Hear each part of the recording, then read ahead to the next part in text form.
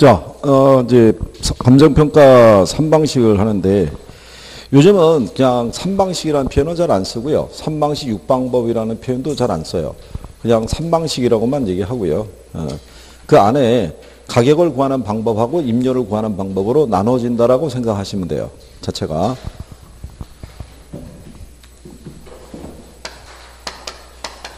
이게 원가 방식이 있고요. 비교 방식이 있고요. 수익 방식이 이렇게 있다고 그랬을 때, 왜 이거 3방식 6방법이라고 또 안 쓰냐면, 감정평가 규칙이 개정이 되면서 그냥 감정평가 방식이라고 표현을 하고요. 그리고 가격 구하는 거하고 임료를 구하는 방법으로 이렇게 나누는 것은 이제 그 이전에 했던 거고, 공시가 기준법이라고 또 만들어졌죠. 그렇잖아요. 공시가 기준법이라고 있어요. 그죠? 걔가. 네.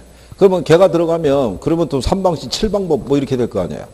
그냥 3방식이라고 얘기하는 거예요. 3방식이고, 이 방식마다 가격을 구하는 방법이 있고, 물을 구하는 방법이 있다. 임료를 구하는 방법이 있다. 이렇게 생각하시면 되고.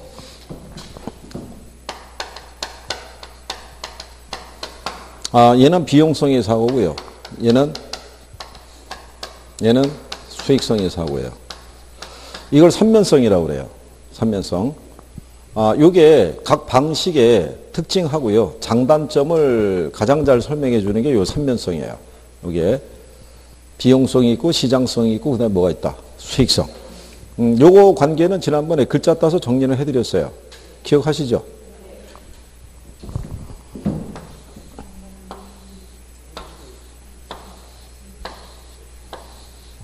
요게 이제 시험에 한번 나온 거예요. 시험에 한번 나와서 어떻게 나왔냐면,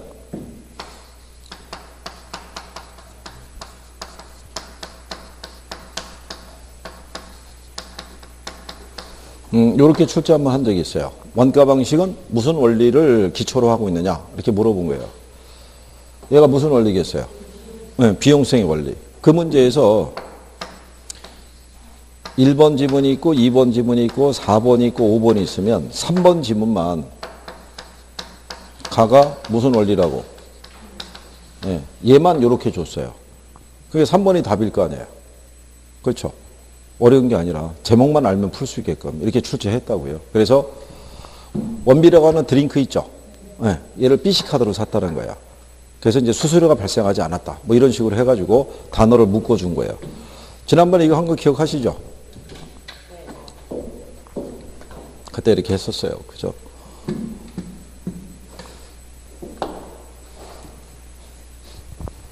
그나저나 이제 7월달 되면 문제풀이 할 거 아니에요. 그렇잖아요. 그러면 문제풀이 들어가면 얘 요약점은 또 어떻게 할 거예요? 얘는 집에 두고 올 거예요? 아니면 가지고 다닐 거예요? 기본서는 어떻게 할 거예요? 선모 씨 얘를 갖고 다니려고 그러겠죠? 얘가 얇으니까? 그렇지 않겠어요? 뭐든 들고는 다녀야 될 거 아니에요? 네? 그냥 다닐 수는 없잖아요. 그죠? 이게 문제집을 받으시면 사전에 꼭 예습을 해갖고 오시고, 예습을. 이론은 복습이지만 문제는 예습을 해갖고 와야지 이게 공부할 때, 이게 학습할 때 도움이 되는 거예요. 그죠? 아직 문제집은 못 받으셨죠? 예. 네, 저도 아직 못 봤어요. 그러니까 이제 오면 이제 보시면 되겠고, 꼭 이 7월달하고 8월달하고 9월달 3개월이 아주 중요해요. 3개월이. 역대로 보면 중개사 응시하는 분들이 그 3개월의 승부를 걸어요. 참 희한하죠? 그렇게 많은 기간을 다 흘려보내고 난 다음에 꼭 3개월 남겨놓고 꼭 하여간 죽기 살기로 하는 거예요, 그게. 예. 그러니까 이제 주변에 사전 정지 작업을 해야겠죠. 6월 말일 날 주변 지인들에게 카톡이나 문자를 보내세요. 나 내일 출국해. 10월 28일 날 오후 5시에 입국할 예정이야.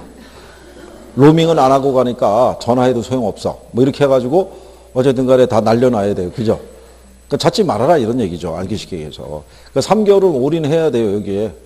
평상시 하던 대로 하면 그냥 시간은 시간대로 가고 스트레스는 스트레스로 받는 거예요. 그죠? 그렇잖아요? 3개월은 여기다 온 집중을 해야 돼요. 합격하고 싶으시면. 예? 그리고 남아서 무조건 남아서 공부해야 되는 거예요. 선생님 뭐 뿅망치를 갖다가 들고 여기 서 있는다고 그래가지고 남고 뭐 없다고 그러면 안 되는 거예요. 무조건 남아서 공부해야 되는 거예요. 그런 여러분들끼리 뭉쳐서 공부해야지 실력도 늘어나고 그러는 거예요. 예? 공사가 다 망한 건 저희도 알겠지만은 어쨌든 여러분들이 제 발로 와서 여기다가 상담하고 제 발로 여러분들이 사인하고 카드 결제 다 하고 그리고 여기 앉아 있는 거예요. 그죠? 강제로 나온 사람은 없잖아요. 강제로. 그러니까 그렇게 해서 빨리 저기 8월 달까지 1차에 대한 것을 궤도로 좀 올려놓고 그 다음에 9, 10월 달에 집중적으로 2차 해가지고 어쨌든 동차 합격해서 좀 떠나주세요. 그쵸? 아니 이 좁은 바닥에 여기 계속 남아 있어봐야 뭐 하겠어요. 그죠? 에? 여기 이제 앞으로 주차장도 여기 돈 받는다면서요. 시간당 100원. 에? 아니 시간당 100원이면 어마어마한 돈이잖아요. 그죠? 에? 2시간에 200원이라며요. 그렇잖아요. 참 좋은 건물이에요. 그죠? 3시간에 그럼 300원 받는다는 얘기예요? 이거? 이게 웬만한 학원 가면요. 주차 공간이 없어가지고 난리들이 아닌 거예요. 파킹할 데가 없어서. 그래갖고 차 대고 있다가 갑자기 여기 직원이 들어오는 거예요. 차량 넘버를 막 흔들어 주는 거예요. 차량 넘버 불러주고 빨리 나가보세요. 그러면 이제, 왜냐면 이제 그 단속 나왔으니까. 그 차 빼고 난리가 아닌데. 근데 여기는 나름대로 편한 거죠. 그러면 일단 공부할 수 있는 환경은 돼 있다는 얘기잖아요. 그죠? 누구만 하면 돼요. 여러분들만 하시면 돼요. 그렇죠? 이제는 그래도 처음보다는 용어가 조금은 익숙해지지 않았나요? 에? 조금만 더 하면 될 것 같지도 않나요? 에? 아니 제가 그랬잖아요. 나중에 한 10월 달 들어가면 그때 아주 바쁜 분들이 있다고요. 공부가 늦게 발동이 걸려서. 그래서 10월 달부터 한 달만 더 있으면 무조건 합격을 하는데 시간이 부족한 거예요. 시간이. 그러면서 괜히 혼자 짜증내고 난리를 치는 거예요. 아니 조금만 일찍 하라니까 그걸 한 달 늦게 시작해갖고 그런 거예요. 지금부터 하시면 되고 용어 안 되는 거는 쭉 물어보시고 실력을 단기간에 올리시려고 그러면 모의고사 봤죠? 모의고사 틀렸을 거 아니에요. 네, 그럼 틀린 거를 선생한테 들고 와서 물어봐야 돼요. 확인을 다 해야 돼요. 지문별로 다. 그러면 실력이 빨리 늘어날 수 있어요. 더 빨리 늘어날 수 있는 방법은 모의고사 보셔가지고 이게 교재 어디서 나왔는지 그거를 찾는 사람은 실력이 또 빨리 늘어나요. 그게. 못 들은 차는 거 보니까 뭐 생각은 없는 것 같고. 어쨌든 잘 이걸 마무리 잘 해야 돼요. 여기서 어때 합격자가 많이 나와야 되잖아요. 그죠? 에? 지금 선생이 더 걱정이라는 얘기죠. 여러분보다. 아니 왜냐하면 시간은 지금 제한적이고 어떻게 하든 간에 성적을 60점대를 진입을 시켜가지고 합격은 시켜야겠고 그렇잖아요. 자 그러면 원가 방식에서 그러면 일단 원가 방식이라는 사고는 뭐냐면요. 이런 거예요.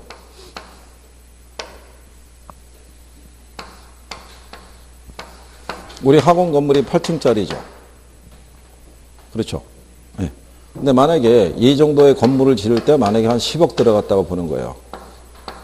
근데 비슷한 규모의 8층짜리가 있어요. 근데 얘는 공사비가 8억 들어갔어요. 그럼 얘가 공사비가 더 많이 들어갔죠. 그럼 얘가 가치가 비싸다고 보는 사고예요. 그러니까 뭐가 많이 들어갈수록 건물을 지을 때 들어간 비용이 많이 들어갈수록 가치가 비싸다고 보는 거네요. 근데 얘는 천안에 있고요. 얘는 강남에 있대요. 그럼 시장에서는 어느 게 더 비싸요? 예, 이건 무시해요. 이건 반영 안 해주는 거예요. 오로지 비용만 기초해서 가치를 구해주는 방식이에요. 그러니까 시장성은 반영한다 안 한다? 안 하는 거예요. 그런데 여기 세종시도 청사가 있죠. 예? 얘 매매해야 하네요. 세종청사. 얘도 매매한다고요. 얘들도 좁으면 이상할 수도 있을 거 아니에요. 그럼 얘도 가치를 평가해야겠죠. 거래하려고 그러면. 이런 거를 평가할 수 있는 게 얘밖에 없어요. 얘가. 그러니까 이 3방식 중에서는 원가 방식이 단점이 제일 많아요. 단점이 많음에도 불구하고 얘가 3방식에 존재하는 이유는 공공 또는 공익의 목적에 제공되고 있는 부동산이 있죠. 걔들은 이게 없잖아요. 시장성이. 수익성도 없잖아요. 그러니까 오로지 여기에 의해서만 가치를 구할 수 있어요. 그래서 얘가 존재한다고 생각하시면 돼요. 절이나 교회 같은 거는 매매할 수 있어요, 없어요? 매매할 수 있죠. 걔들도 가치를 구할 수 있는 건 이 방식밖에 없는 거야. 그래서 그게 원가 방식은 오로지 비용에 기초해서 가치를 구하기 때문에 가능한 방식이라고 생각하시면 돼요. 그러면 비교 방식이라고 있잖아요. 예. 얘는 뭐예요? 시장성이잖아요. 그럼 얘가 8층짜리 건물을 얼마의 비용을 들여서 지은 거예요? 10억에. 이건 중요한 게 아니라 얘하고 유사한 애가 시장에서 15억에 거래가 되고 있으면 얘도 가치는 15억일 것이라고 보는 게 무슨 방식이에요? 그게 비교 방식의 논리인 거예요. 그러니까 비용이 중요한 게 아니라 얘하고 유사한 부동산이 시장에서 얼마에 거래되고 있느냐를 기준으로 가치를 파악하는 게 무슨 방식이다? 비교 방식인 거예요. 그래서 제목이 비교 방식이고 시장성의 원리라고 얘기를 해주는 거예요. 무슨 말인지 아시겠어요? 자, 그러면 수익 방식의 사고는 뭐냐면요. 얼마의 비용이 들어갔다. 얘하고 유사한 애가 어느 정도의 가격으로 거래됐다. 그게 중요한 게 아니라 이 8층짜리의 건물을 다 뭐를 준다고 가정해요. 임대를 준다고 가정해요. 여기서 발생하는 임대료 있죠. 이 수익의 크기에서 가치를 결정하는 게 무슨 방식이다? 수익 방식이에요. 그러니까 임대 수익이 많이 나오면 가치가 높다라고 보는 견해인 거예요. 그런데 수익 방식은 또 어떤 논리를 갖고 있냐면 갑이라는 사람이 있어요. 이 사람이 붕어빵 구워서 파는 사람인데 이번에 기계 새로 샀어요. 300만 원 주고. 근데 하루에 5만 원 벌어요. 근데 을이라는 사람도 붕어빵을 구워서 파는 사람인데 이 사람은 중고를 가지고 있어요. 150 주고. 근데 하루에 역시 5만 원 벌어요. 그럼 지금 수익이 같죠? 그럼 이 기계의 가치도 같다고 보는 견해예요. 얘가 새거든 중거든 간에 관계없이 이게 중요한 게 아니라 수익이 중요한 방식인 거야. 무슨 말인지 아시겠어요? 그러니까 건물이 신축 건물이든 낡은 건물이든 관계없이 뭐가 같으면 수익이 같으면 가치가 같다고 보는 거예요. 그러니까 어디에만 초점을 두는 거예요? 수익에만 초점을 두는 방식이에요. 그러니까 요 세 가지가 각 방식의 특징하고 장단점을 기본적으로 설명해 줄 수 있는 게 이 원리라고 생각하시면 돼요. 자, 그럴 때 얘네 가격을 구하는 방법이 있고요. 뭐를 구하는 방법이 있어요. 이거 제목도 알아야 돼요.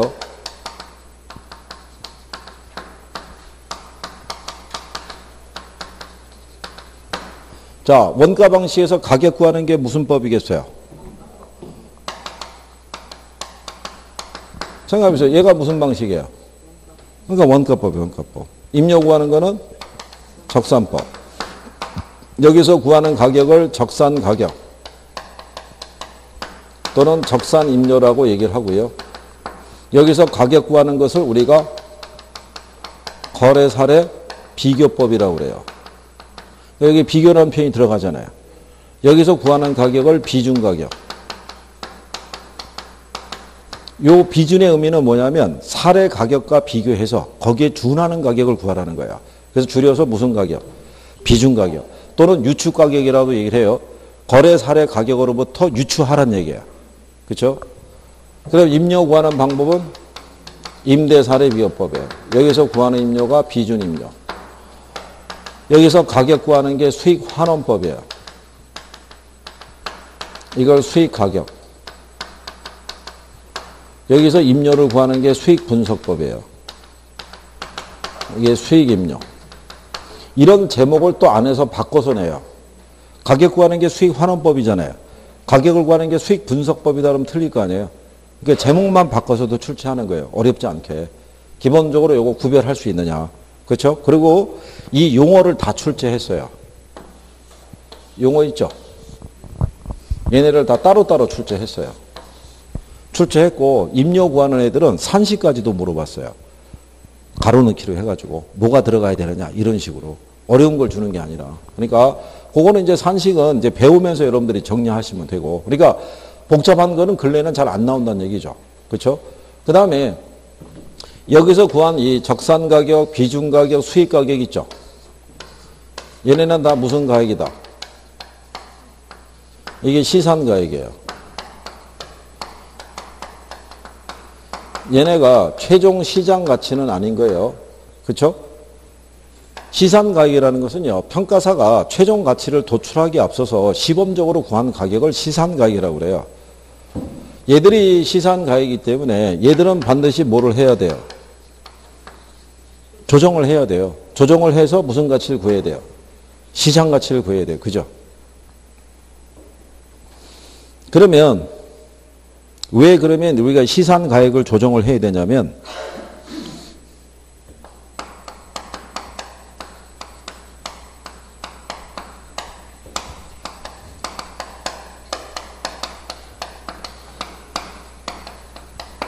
알프레드 마샬의 3면 등가성의 원리라고 있어요. 저기는 비용성, 시장성, 수익성이 있죠. 예, 저게 3면성이라고 그랬잖아요. 예, 그 3면 등가성이라는 원리는 뭐냐면 비용성의 사고에서 구했던, 시장성의 사고에서 구했던, 아니면 수익성의 사고에서 구했던 결국 다 같다라는 논리예요. 그게 무슨 얘기냐면 알프레드 마샬이라는 사람은 재화의 가치는 단기는 효용에 의해서 결정이 되고요. 효용이니까 수요겠죠. 장기는 뭐에 의해서 결정이 되냐면 생산비에 의해서 가치가 결정이 된다고 얘기했어요. 즉 공급이겠죠. 여러분들이 앞에서 뭐 배웠냐면 단기하고 장기로 나눴을 때 단기는 이제 수요에 의해서 가격이 상승했고 장기가 되면 공급이 늘어나죠. 공급이 늘어날 때 비용이 일정한 사람이냐 비용이 증가되는 사람이냐에 따라서 장기적으로 가치가 변하죠. 비용이 일정하면 가치가 불변이고 비용이 증가하면 가치가 상승한다고 했잖아요. 그죠? 그러니까 이 사람은 장기적으로는 결국은 가치는 어디서 결정이 된다? 비용에 의해서. 그러면 우리가 조금 아까 가치와 가격을 배웠죠. 경제학에서는 가치와 가격이 어떻다? 같다라고 보는 거잖아요. 근데 이 사람은 궁극적으로 이 가치라는 것은 어디에서 결정이 된다? 비용에 의해서. 그러니까 결국은 비용과 가치와 가격은 같다라는 논리가 3면 등가성의 원리예요. 그러면 저기 있는 원가 방식이 비용성의 사고죠. 그 다음에 비교 방식이 시장성이잖아요. 시장에서 거래되는 가격을 기준으로 가치가 결정이 되는 거고 수익성의 방식은 장래에 기대되는 편익의 현재 가치를 기준으로 가치를 측정하니까 수익 방식은 가치 개념이라고요. 그러니까 비교 방식에서 구했던 수익 방식에서 구했던 원가 방식에서 구했던 다 같다라는 논리라고요. 근데 현실적으로 생산 원가하고 시장 가격이 있으면 얘네 둘은 항상 일치한다 안 한다? 일치하지 않을 거 아니에요. 생산 원가하고 시장 가격이 같을 수는 없을 거 아니에요. 그죠? 그게 무슨 얘기냐면 이거는 완전 경쟁 시장에서만 성립이 가능한 거예요. 근데 부동산 시장은 불완전 경쟁 시장이죠. 그러니까 당연히 이 등식이 성립을 안 할 거 아니에요. 그러니까 당연히 얘한테 구한 가격이 무슨 가격일 수밖에 없는 거예요. 시장 가격. 서로 틀리단 말이죠. 다를 수 있기 때문에. 얘가 만약에 같다 그러면 얘가 그냥 이게 될 거 아니에요. 서로 다르기 때문에 무슨 가격이라고 보고 시장 가격이니까 뭐를 해야 된다. 조정을 해야 되는데 여기서 이걸 하면 안 된다는 거예요.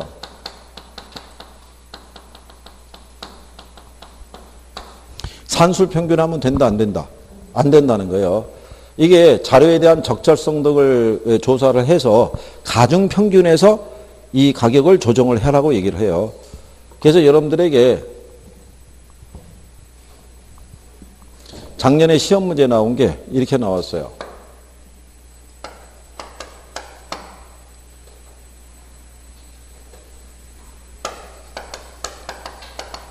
원가법에서 구한 뭐가 있어요? 시산가액이 1억 1천. 그 다음에 거래사례 비교법에 의해서 구한 시산가액이 가령 예를 들어서 얘가 아마 1억 2천을 줬을 것 같죠? 얘가 1억 2천. 얘가 1억 1천을 줬고요. 얘가 1억 2천. 그 다음에 수익환원법에서 구한 시산가액이 1억. 이렇게 줬어요. 그리고 가중치 있죠.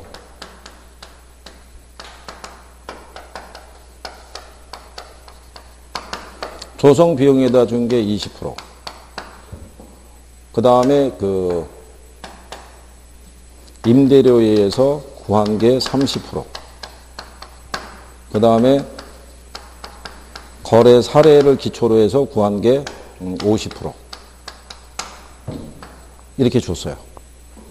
조성비용, 임대료, 거래 사례 뭐 이렇게 줬을 거예요. 세 가지를. 그래가지고 무슨 가액을 도출하라고. 시산 가액을. 그러면 얘가 비용이잖아요. 비용이니까는 무슨 법? 원가법. 비용성이 기초하니까. 그럼 여기에다가 20%니까 곱하기 0.2 하면 되겠죠. 그럼 1억 2천에 20%는 얼마겠어요? 2,200. 그 다음에 거래 사례를 기초로 구한 애들이 이게 50%니까 0.5 하면 얼마 나오겠어요? 6천. 얘는 수익 기초로 구하는 게 수익 방식이죠. 그러니까 얘가 30%니까 0.3이죠. 그럼 얼마? 그럼 다 더하면 얼마 나오겠어요? 1억 1,200 나오겠죠. 이게 답이었어요. 이렇게 구하는 게. 그러면 요거는 무슨 얘기냐면 우리 왜 저기 투자론에서 기대 수익률 계산하는 거랑 똑같죠. 확률 주고 기대 수익 주고 이거 가중평균하면 얘가 나올 거 아니에요. 똑같은 원리로. 이렇게 해서 작년에 출제해 준 거예요.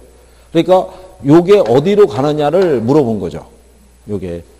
그렇게 해서 간단하게 문제를 구하게끔 이제 출제해 준 거예요. 그럼 이거는 무슨 복잡한 계산 문제가 아니잖아요. 요거를 알고 있으면 단순 대입하라는 얘기잖아요. 그죠? 그런 얘기예요. 그래서 얘를 뭐를 해서 산술 평균하는 게 아니라 뭐를 가중 평균해서 이 가치를 도출하라 이런 얘기죠. 조정해서. 자, 그런 내용이니까 이거 저기 다 있어요. 기출문제 있잖아요. 거기 다 있다고요, 이거. 틀림없이 이것도 선생들이 모의고사 한번 주게 되면 언젠가는 이거 인용해 줄 거예요. 뭐만 바꿔서. 수치만 바꿔서. 그러면 단순하게 여러분들이 구할 수 있죠. 그렇죠? 자, 그래서 그 내용을 얘기를 했어요. 거기 그 179쪽에 가면 중간에 양가로이번의 시산가액의 조정이라고 있죠. 거기서 조정 방법을 보면은 단순히 세 가지의 가격을 산술 평균하는 것이 아니다 이렇게 해놨죠. 사용된 자료의 양, 정확도 등에 따라 각각의 방식에 뭐를 달리해서 가중치를 달리해서 구하라고 해놨잖아요. 그죠? 네? 무슨 말인지 아시겠죠? 네. 그 다음에 이제 뒤로 넘어가시면 장단점에 대해서는 이제 여러분들이 나중에 정리를 또 하시면 되겠고, 비교 방식이 있고, 그 다음에 페이지 넘기셔서 183페이지에 가시면 원가 방식이라고 있죠. 예, 순서상 원가 방식을 먼저 하시면 돼요. 그리고 오늘 혹시 만약에 진도 나가다가 뒤에 거 조금 남게 되면 다음 주에 저기 우리 문제풀이 하겠죠. 이론 마무리하고 그리고 문제풀이 할 테니까 그렇게 생각하시면 되겠고, 우리가 저기 7월달하고 8월달 사이에 9주 나와요. 이게 9주기 때문에 그거는 시간 여유가 있어요. 문제풀이 하면 한 8주면 끝나니까. 그리고 시험 보는 건 알고 있죠. 에? 못 들은 척 하지 말고요. 다 이게 뭐 정해진 건데 뭘 그냥 버티는 소용이 없는 거예요. 뭐 다음 주에 안 나오고 그래봐야 아니 그냥 8주 쭉 볼 거예요. 그냥 걱정하지 않으셔도 돼요. 에? 그러니까 알아서 그냥 집에서 쉬든가 나오든가 둘 중에 하나를 선택해야 돼요. 그죠? 어차피 매도 그냥 맞을 거면 그냥 일찍 맞는 게 나을 거 아니에요. 그죠? 그 얘기 했죠. 오전하고 저녁하고 문제 배열은 틀리다고. 그게 저녁반 사람에게 굳이 애써서 전화해가지고 받아 적어. 1번은 2번이고 3번이 이렇게 해봐야 소용없다고 그랬어요. 그죠? 그게 빨리 해가지고 실력을 빨리 올려야 될 거 아니에요. 그죠? 그리고 여기 계신 분들이 전원 합격해서 이 바닥을 좀 떠나주세요. 그죠? 에? 아니, 여러분들은 그런 능력이 있어요.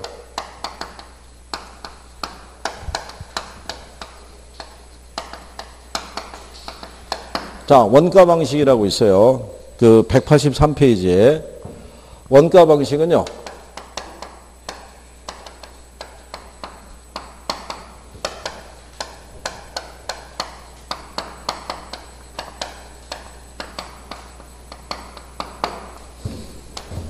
부동산의 가치는 토지 가치와 건물 가치의 합으로 되어 있고요. 여기서의 건물 가치는 재생산 비용에서 감가액을 공제해서 구하고요. 토지 가치는 공시지가 기준법을 써서 구하도록 되어 있어요. 그럼 얘는 어떻게 해주는 거냐면요. 우리 학원 건물이 있는데 얘가 5년 전에 준공이 됐어요. 근데 우리는 오늘이 28일인가요? 네. 28일 날 이 물건의 가치를 구해야 돼요. 지금 학원 건물의 가치를. 근데 얘는 5년 전에 준공했잖아요. 그럼 5년 전에 얘를 어느 정도의 비용을 들여서 건축했는지를 지금 자료를 구할 수가 없어요. 그러면 우리가 현재 얘를 지을 때 들어간 비용 산정을 할 수 있는 가장 간단한 방법은 지금 다시 신축하는 거예요. 이거는 구할 수 있잖아요. 5년 전에 비용은 산정이 안 돼도 지금 다시 이 정도의 규모의 건물을 신축할 때 들어가는 비용 산정은 가능하다, 불가능하다. 이건 가능할 거 아니에요. 그래서 이 8층짜리를 다시 신축할 때 들어간 비용을 계산해 봤더니 이게 한 10억 나오더래요. 근데 이거는 신축할 때 들어간 비용이 얼마야? 15억인데 얘는 신축이 아니라 무슨 건물이에요? 중고잖아요. 그럼 얘는 지난 5년 사이에 뭐가 발생했겠어요? 그래서 감가액을 산정해 봤더니 감가액이 한 2억 나오더래요. 요게 5년 사이에. 그러면 15억에서 2억 빼면 남는 게 얼마겠어요? 그럼 얘는 지금 현재 건물 가격이 13억이라는 얘기예요. 그리고 이 토지 가치는 별도로 구하는 거예요. 별도로 공시가 기준법을 적용했더니 이 부지의 가치가 한 22억 나오더래요. 다 합했더니 얼마 나오더라? 35억이 나오더라. 이렇게 구하는 게 원가 방식의 사고예요. 근데 원가 방식은 무슨 가치는 얘로 못 구하는 거예요. 토지 가치는 이 방법으로 구하지를 못하고 무슨 법을 쓴다? 공시가 기준법을 써요. 그러면 토지 가치는 왜 이걸로 못 구하냐면 토지는 비용을 들여서 우리가 생산할 수 있는 재화가 아닌 거예요. 그러니까 이게 가치 산정이 어려운 거예요. 그러니까 얘는 별도로 추계하도록 되어 있는 거예요. 그러면 이게 가격을 구하는 게 무슨 법이라고 그랬어요? 원가법. 그 원가법이라는 것은요. 이 가격을 구하는데 얘는 제조달 원가에다가 뭐를 공제해서 얘를 공제해서 적산 가격을 구하는 거예요. 그래서 우리가 지난번에 이렇게 칸을 쳐서 얘기해 줬어요. 이게 무슨 가치 구하는 거다? 건물 가치 구하는 거예요. 똑같은 거예요. 재생산 비용이나 제조달 원가나 똑같은 거예요. 그러니까 원가법이라는 거는 무슨 가치 구하는 방법이라는 거예요. 건물 가치 구하는 방법인 거예요. 시험에 자주 나오는 거예요. 건물은 무슨 법으로 평가해야 되느냐? 무슨 법으로 해야 된다? 원가법으로. 그러면 여러분들이 보시면 우리가 궁극적인 목적이 얘를 구하는 거잖아요. 얘를. 그럼 얘를 구하기 위해서 먼저 뭐를 구해야 돼요? 제조달 원가. 여기서 뭐를 해야 돼요? 감가액 산정해야 되겠죠. 그러니까 순서 입각해서 뭐가 먼저 나와야 돼요? 제조달 원가를 먼저 하시면 된다는 거예요. 그래서 여기 원가법 나오고 단가로 이번에 제조달 원가라고 183페이지에 맨 마지막 칸에 있죠. 네. 그래서 순서 입각해서 나오는 거예요. 그러면 제조달 원가라는 것도 있죠.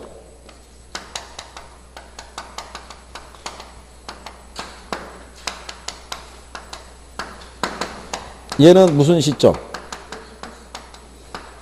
기준점에서 대상 물건을 재취득할 때 소요되는 원가의 총액이라고 그러죠. 그러니까 결국 재취득한다는 얘기는 재생산, 신축한다는 얘기잖아요. 그러니까 기준점 현재 이게 건물 기준하면요. 대상 건물의 무슨 원가다? 신축 원가. 이렇게 표현할 수 있는데 여기 보면 시점이 무슨 시점이에요? 요거 우리가 그때 얘기해 줬어요. 신축 시점, 건축 시점, 준공 시점 요걸로 바꿔 쓸 수 있다 없다? 에? 바꿔 쓸 수 있다 없다? 바꿔 쓸 수 있다 없다 이걸로. 에? 없다. 들어가면 틀리는 거예요. 감정평가 들어가면 다 이거라고 그랬잖아요. 이거. 기준 시점. 에? 이거 들어가면 다 틀리는 거예요. 이미 기출에서도 낸 거예요. 신축 시점 현재 이렇게 나오면 다 틀리는 거예요. 다 무슨 시점? 다 기준점이에요. 감정평가에 들어가면 시점은 다 기준점인 거예요. 무슨 말인지 아시겠죠? 자, 그리고요, 거기 보시면 자가건설의 경우라도 적정 이윤을 고려해서 도급건설을 기준한다 뭐 이렇게 돼 있죠.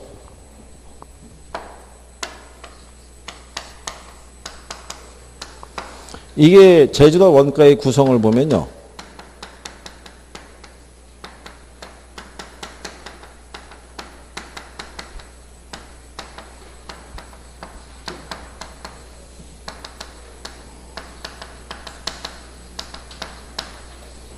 이게 표준적인 건설비에다가 통상의 부대 비용을 합해서 제조달 원가를 구하는데 이 표준적인 건설비에는요. 직접 비용하고요. 간접 비용하고요. 그 다음에 개발업자의 뭐가 반영이 된다. 이윤이 들어가요. 뭐가 들어간다. 이윤이. 그러니까 결론은 얘는 자가 건설을 했던 도급 건설을 했던 얘를 기준으로 산정하라는 얘기예요. 뭐를 기준으로? 도급을 준 걸로. 그 왜 도급을 준 거로 산정하라고 얘기하냐면요. 이런 얘기거든요.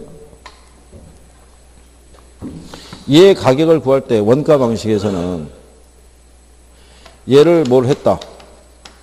신축할 때 비용이 얼마 들어갔다. 15억이 들어갔다. 그 요 비용의 크기만 가지고 가치를 구하는 게 원가법이잖아요. 근데 10억 들여서 지은 건물 있잖아요. 그럼 여러분들 같으면은 만약에 10억 들여서 건물을 지었어요. 그럼 팔 때 10억 받고 팔아요? 그렇진 않을 거 아니에요. 뭐를 반영해서 팔겠어요? 이익을 생각할 거 아니에요.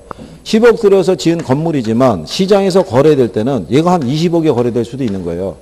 그러면 거래 이 사례를 기준으로 해서 가격을 구하는 게 비교 방식이잖아요. 그럼 비교 방식에서 구한 가격은 20억인데 원가 방식에서 구하는 건 15억밖에 안 되는 거예요. 그럼 갭이 너무 크잖아요.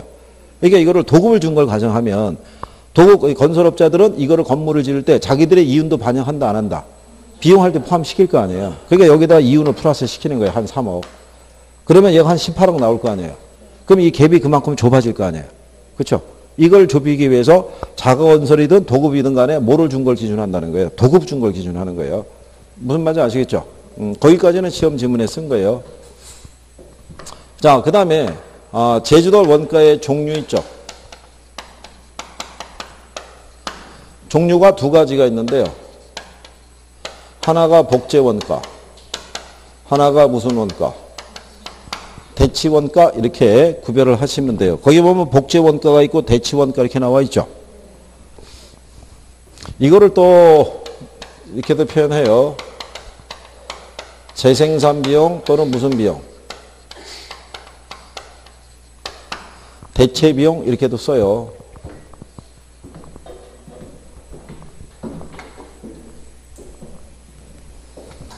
그러면 얘는 주로 어디에 쓰냐면요. 여기에.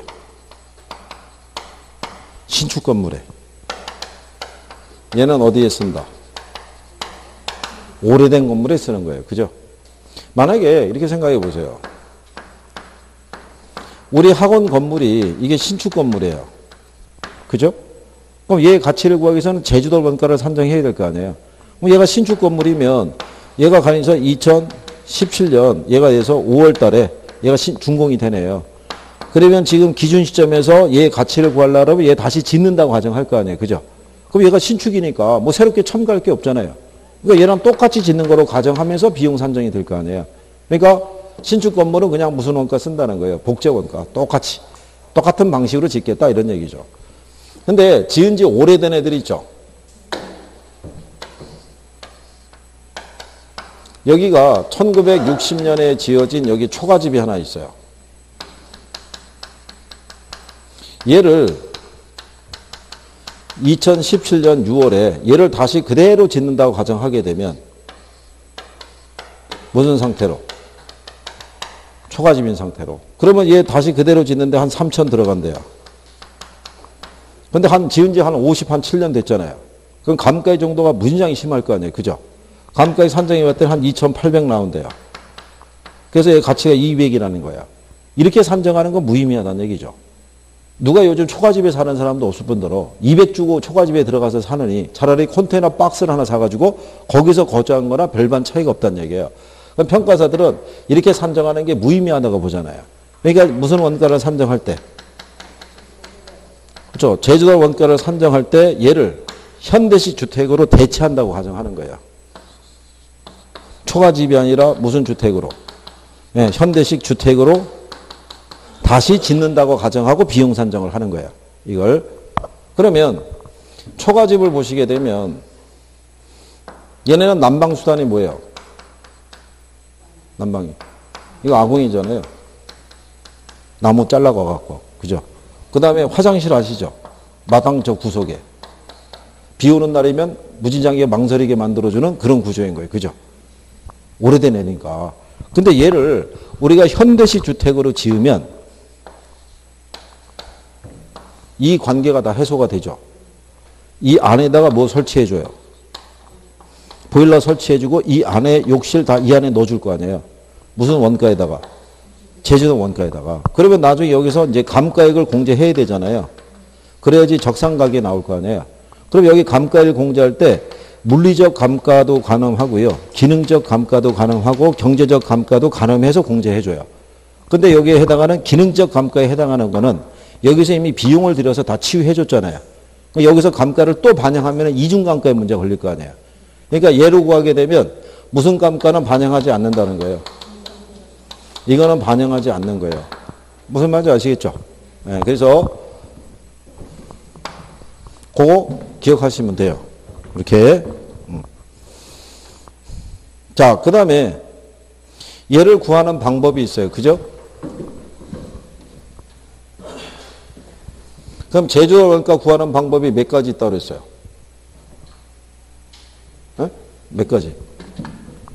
모르면 몇 가지? 그 네 가지 있어요, 네 가지. 얘도.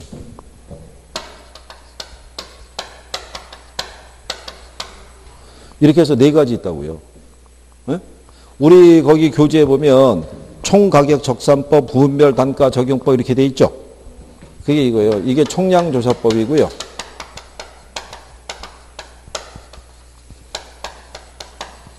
이게 총가격 적산법. 이게 구성단위법인데요. 이게 부분별 단가 적용법.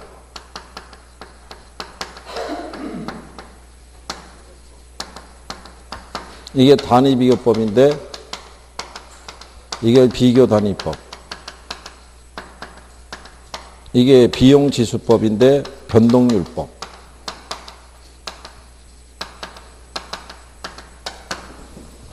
자, 이렇게 하는데 뒤에 거는 잘 안 써요. 표현을. 네 가지가 있는데 정확도는 번호 순이에요. 그러니까 1번이 제일 정확하고요. 4번이 제일 부정확해요. 얘가.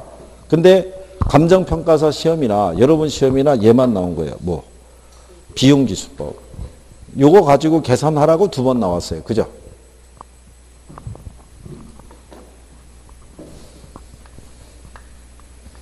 비용지수법이라는 건요. 시점 수정하는 거예요. 뭘 한다? 시점 수정. 무슨 얘기냐면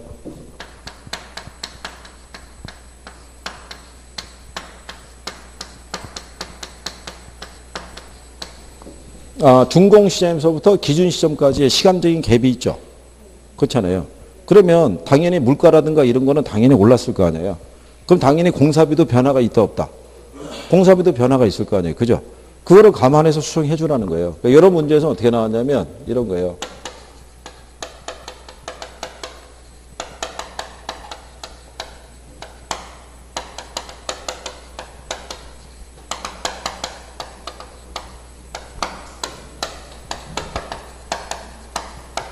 만약에 대지 면적이 400이고요. 연면적이 1250인 8층짜리 건물이 하나 있는 거예요. 이 건물에 직접 공사비가 2억 7천만 원이고요. 간접 공사비가 3천만 원. 그 다음에 개발업자에 대한 이렇게 줬어요. 이렇게 해서 공사비 계가 얼마? 3억. 그 다음에 개발업자의 이윤이 있죠. 이윤이 얼마냐면 6천만 원. 그렇죠? 그래서 총계가 얼마? 3억 6천만 원. 그 다음에 준공 시점의 지수가 100. 기준점의 지수가 135. 1대. 이 건물의 평방미터당 무슨 원가? 제주달 원가를 구하시오. 이게 기출이에요. 이렇게 준 게. 그러면 우리가 아까 공사비 계산할 때 개발업자 이윤 포함시켜요? 안 시켜요? 포함시키니까 3억 6천을 놓고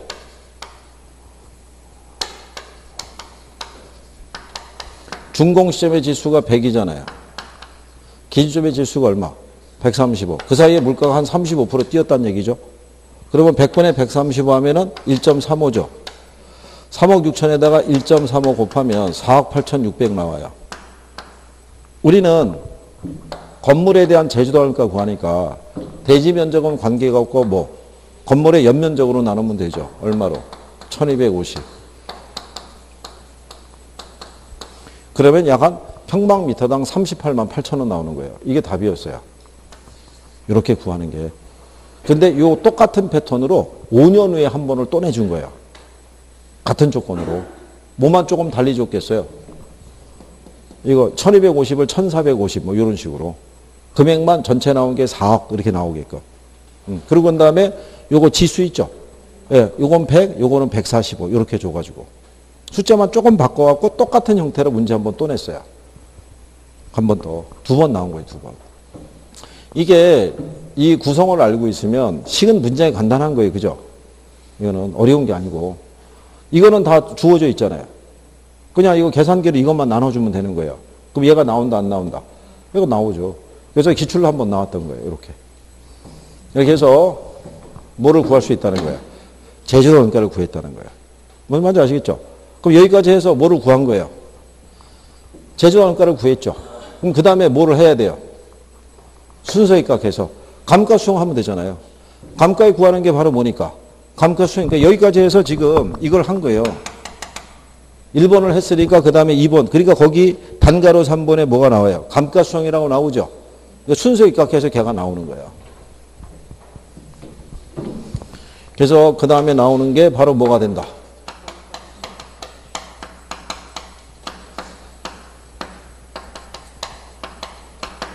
자, 그러면 감가수정을 보게 되면요. 대상 물건에 대한 재조달 원가를 감액해야 할 요인이 있는 경우에 재조달 원가에서 그 감가액을 공제해서 여기도 무슨 시점이에요? 기준점에 있어서 대상 물건의 적정 가격을 구하는 작업이라고 되어 있죠. 그럼 결국은 감가수정이라는 게 뭘 하는 작업이라고 그랬어요? 예, 감가수정이라는 게. 이게 지금 얘를 구하기 위해서 재조달 원가에서 뭐 빼면 감가액 공제하면 얘가 나오잖아요. 그러면 얘가 무슨 원가는 얘가 신축 원가라고 그랬잖아요. 신축원에서 감가 빼면은 얘가 나오는 게 뭐라고 그랬어요? 적산. 이게 중고 가격이잖아요. 그러면 신축 가격과 중고 가격의 차이가 뭐예요? 감가. 이 감가에 구하는 거예요, 그냥. 감가에 구하는 거를 뭐라고 한다? 감가 수정이라고 얘기하는 거예요, 용어상에서. 무슨 시점에서? 기준 시점에서. 그렇죠? 그러면 감가액을 산정하기 위해서는 적용해야 될 감가 요인이 있겠죠. 그래서 감가 요인을 보면은 물리적 감가라는 게 있고, 그 다음에 기능적 감가라는 게 있고, 그 다음에 무슨 감가? 경제적 감가 이렇게 돼 있어요. 그리고 우리 그 박스 밑에 가면 법률적 감가라고 돼 있죠. 예, 법률적 감가 요인은 따로 취급하지 않고요. 이거는 그냥 경제적 감가 요인에 포함시켜서 정리하는 거예요. 왜 그러냐면 예전에 김용진 교수라는 양반이 이 법률적 감가 요인이라고 제시는 했어요. 그럼 법률적 감가 요인을 제시했다는 얘기는 구하는 방법도 제시를 해야 되잖아요. 근데 구하는 방법은 제시를 하지 못했고 그 양반이 타개했어요. 그래가지고 그냥 그 이후로는 법률적 감가 요인은 그냥 어디다 포함시켜서 경제적 감가 요인에 포함시켜서 그냥 적용해요. 그러니까 따로 정리하지 않으셔도 돼요. 그럼 물리적 감가는요, 주로 어디에서 발생하겠어요? 시간의 경과 등에서 발생하는 게 물리적 감가예요. 그죠? 물리적 감가랑 관련 있는 원칙이, 그렇죠? 이게 변동의 원칙. 그 다음에 기능적 감가라는 것은 안에 있는 설비 등의 구식화 등에서 발생하는 거예요. 그죠? 여기랑 관련 있는 가격 원칙이 뭐? 기능적 감가랑 관련 있는 건 균형의 원칙이잖아요. 거기 보면 기능적 감가라고 해서 변동의 원칙이라고 돼 있죠. 예, 그러면 안 되고 기능적 감가는 얘예요. 칸이 잘못 나눠진 거예요. 무슨 말인지 아시겠어요? 요게 변동의 원칙, 얘가 무슨 원칙? 균형의 원칙. 그 다음에 경제적 감가 있죠? 얘는 인근 지역의 어디에서? 쇠퇴 등에서 발생하는 거예요. 여기랑 관련 있는 게 무슨 원칙? 적합의 원칙. 아까 했잖아요. 기능적 감가를 판단하는 근거가 균형의 원칙이고 경제적 감가를 판단하는 근거가 되는 게 적합의 원칙이라고 했잖아요. 이게 칸이 잘못 나눠져 있어서 그런 거예요. 교재 칸이. 자, 그런데 여기 있는 얘네 둘 있죠. 얘네 둘은 치유가 가능한 감가가 있고요. 치유가 불능인 감가가 있어요. 그러니까 치유가 불능이라는 얘기는 만약에 어디 담장 한 군데가 이렇게 무너진 부분이 있는데 걔를 보수하기 위해서 돈을 한 뭐 100만 원, 150만 원 들여봐야 원상 회복, 가치 회복을 기대하기가 어렵다 그러면 굳이 비용을 지출할 필요가 없잖아요. 그러면 그냥 치유 불능인 감가라고 봐요. 근데 여기 있는 경제적 감가는 이거밖에 없어요. 치유가 불능인 감가밖에 없어요. 가령 예를 들어서 여기 주거지가 있는데 주거지 인근에 여기 공항이 있어요. 그러면 매일같이 이거 비행기가 이착륙할 거 아니에요. 그죠? 그러면 뭐가 많이 발생하겠어요? 소음이. 그러면 이 비행기 소음을 없애려면 어떻게 하면 돼요? 비행기 소음 없애려면. 공항 이전하면 되죠. 간단하잖아요. 그죠? 얘가 이전하면 소음이 사라질 거 아니에요. 그죠? 그러니까 현실적으로 그건 된다, 안 된다? 안 되잖아요. 그러니까 그 얘기 하는 거예요. 그러니까 얘는 무슨 뭐밖에 없다. 치유가 불능인 감가밖에 없다. 이렇게 인식하시면 돼요.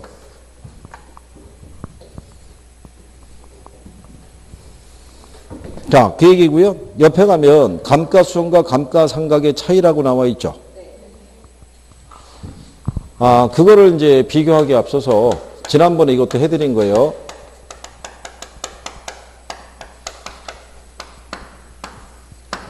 내용연수의 조정이라고 해서 지난번에 한번 했었어요. 그죠? 기억하시나요? 요즘은 선생도 적응이 빨리 돼서 한번 물어보고 바로 뒤돌아서죠. 오래 얘기해봐야 서로 힘드니까.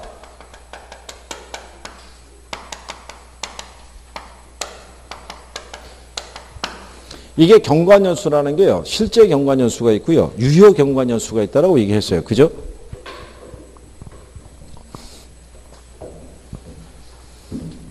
얘는 에이지를 나타내는 거예요. 만약에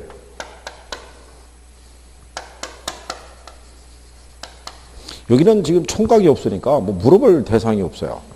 이게 처녀도 지금 뭐 다들 지금 안 보이고 그렇잖아요. 혹시 뭐 여기 계신 분 중에서 아직 결혼 안 하신 분 있으십니까? 결혼? 표정이 뭐 그랬으면 좋겠다 이런 표정이네요. 그렇군요. 여기 총각이 있는데 물어봤더니 나이가 30이래요. 30. 이게 실제 경관연수인 거예요. 태어나서 몇 년이 경과한 거예요? 30년.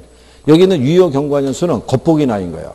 이 총각이 올해 나이가 30이다 하는 순간에 주변이 웅성웅성 되는 거예요. 30이라고 나는 40으로 봤어. 이렇게 할 수 있잖아요. 그죠? 30이나 됐단 말이야. 나는 20대 초반으로 봤어. 이럴 수도 있어요, 없어요? 있을 거 아니에요. 이게 겉보기 나이라고요. 그러면 건물의 전체 수명이 50년인데 실제로 얘는 경과한 지가 몇 년 된 거예요? 30년. 근데 얘가 관리를 아주 잘했어요. 관리를. 그래갖고 실상은 지은 지가 한 몇 년 정도, 한 10년 정도 된 것 같이 건물에 대한 관리 상태가 아주 양호한 거예요. 그러면 얘에 대한 경과는 요 정도고 나머지 잔존 가치가 이만큼 남잖아요.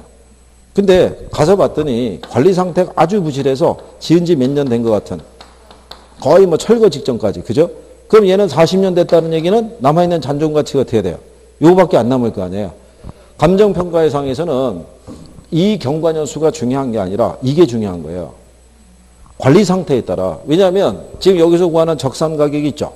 저게 잔존 가치라고요. 신축한다는 가정에서 감가를 공제하고 남는 감가상각된 가치, 잔존 가치인데 얘가 관리 상태가 양호하면 잔존 가치가 더 많이 남아있을 수 있어요, 없어요? 있을 거 아니에요. 이거를 계산식에서는 이걸 조정을 못 해줘요. 계산 논리에서는 이것까지 반영해 줄 수 있다, 없다? 없을 거 아니에요. 계산식에서 그냥 몇 년 경과년을 대입해갖고 그냥 구해버릴 거 아니에요. 그죠? 그 문제를 해소하기 위해서 누가 가서 본다는 거예요? 평가사가. 평가사가 가서 관찰 감가를 하는 거예요. 그럼 직접 가서 보면은 육안으로 확인이 돼야 안 돼요? 관리 상태가. 그래서 현실에 맞게끔 조정해 주란 얘기예요.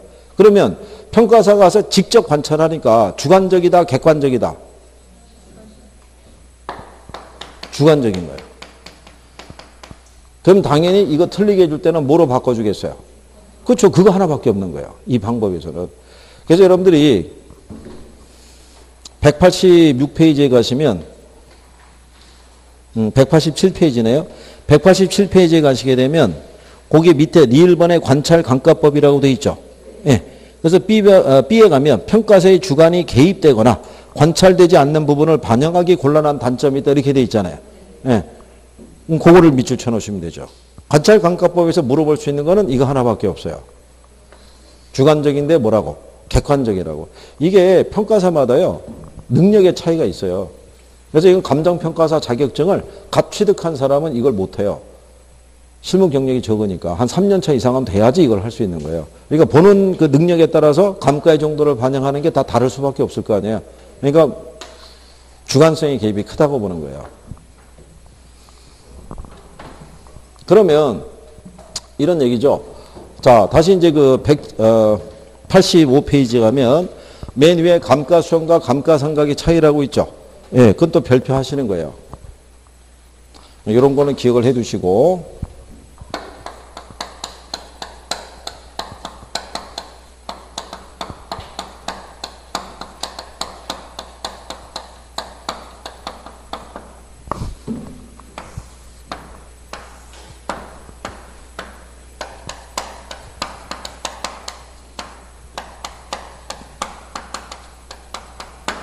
자, 감정평가상의 감가수정은요, 제주달 원가에서 뭐를 공제해서, 감가액을 공제해서 얘는 적정한 시장 가치를 구하는 게 목적이고요. 기업회계상의 감가상각에서는요, 취득 원가에서 뭐를 공제해서, 감가액을 공제해서 얘는 장부 가치 구하는 게 목적이에요. 그렇죠?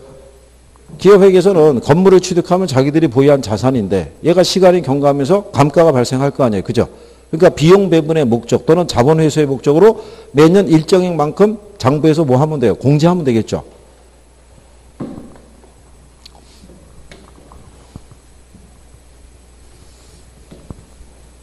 그러니까 기업에서는요, 자기네가 만약에 2억짜리 건물을 취득을 했잖아요. 그러면 얘는 매년 뭐가 발생하겠어요? 감가가 발생할 거 아니에요. 그 매년 예를 들어서 한 400만 원씩 감가가 발생하면 장부상에서 매년 얼마씩 400만 원씩 이걸 공제한다고요. 그죠? 근데 얘가 건물의 수명이 몇 년짜리면 50년짜리면 50년의 기간이 경과하면 얘가 제로가 될 거 아니에요. 그러면 기업회계 입장에서는 50년의 기간 중에 요 투자한 자본을 다 회수해야 될 거 아니에요. 그렇잖아요. 그러니까 자본 회수에서 이게 지금 경비라고 이거 구성이 된 부분을 다 회계 처리해야 될 거 아니에요. 그러니까 얘네는 그냥 경관 연수에 따라 매년 얼마씩만 400씩만 감가된다고 가정하는 거예요. 기업회계에서는. 근데 현실적으로는 감가가 이렇게 발생하진 않을 거 아니에요. 그렇잖아요. 매년 어떻게 건물의 가치가 일정하게 갈 수가 있어요. 초기는 감가의 정도가 거의 없고 시간이 경과하면 오히려 감가의 정도가 심해지잖아요. 그거는 이 계산 논리에서는 반영이 안 되니까 여기서는 적절한 시장 가치를 구해야 되니까 이런 방법을 다 병행해 준다는 얘기예요. 그러면 여기 있는 감가수정에서는 관찰 감가 인정한다 안 한다? 여기는 인정을 할 거 아니에요. 적절한 무슨 가치를 구해야 되니까 시장 가치를. 근데 얘는 장부상의 가치를 구하는 거니까 육안으로 가서 직접 관찰해서 현실에 맞게끔 이거 조정해 줄 필요가 있어요 없어요? 없을 거 아니에요. 그러니까 이런 걸 바꿔준다고요. 얘는 제주도 원가, 얘는 무슨 원가? 취득 원가인데 이런 거 바꿔주고 관찰 감가가 되고 안 되는데 이런 걸 바꿔버린다고요. 그러면 틀린다고요. 무슨 말인지 아시겠어요? 그래서 얘는 내용연수가 경제적 내용연수를 중시하고요. 근데 이 경제적 내용연수는요, 여러분들이 관리 상태에 따라 얘는 연장될 수도 있고 오히려 단축될 수도 있어요, 없어요? 있을 거 아니에요. 그죠? 그리고 얘는 뭐를 중시하냐면 이걸 중시해요. 잔존 내용, 남아있는 가치를. 근데 얘네는 그냥 법정, 물리적 내용연수를 기초로 하고요. 얘는 그냥 경과연수 중시하는 거예요. 몇 년 경과됐느냐. 그러니까 얘는 아까 얘기한 대로 실제 경과연수만 본다는 얘기고 얘는 무슨 연수를 가지고 유효 경과연수를 가지고 조정을 해준다는 얘기예요. 그 차이란 얘기예요. 자, 그래서 요거 시험상에서 하면 모의고사에서 인용이 되는 거니까 기억은 해 두셔야 돼요. 그죠? 이게. 그러니까 선생님이 지금 이런 거 막 하는 건 뭐냐면 용어를 이해시켜 주려고 예를 들어 드린 거예요. 그러니까 기억을 하시면 되겠고. 그 다음에 하면 감가 수정 방법이라고 나와 있죠. 예. 이제 그 방법에 대해서 이제 정리하시면 얘가 다 끝나는 거예요. 그죠? 또 시간이 됐군요. 그죠? 그럼 잠깐 또 쉬었다 해야 되겠군요.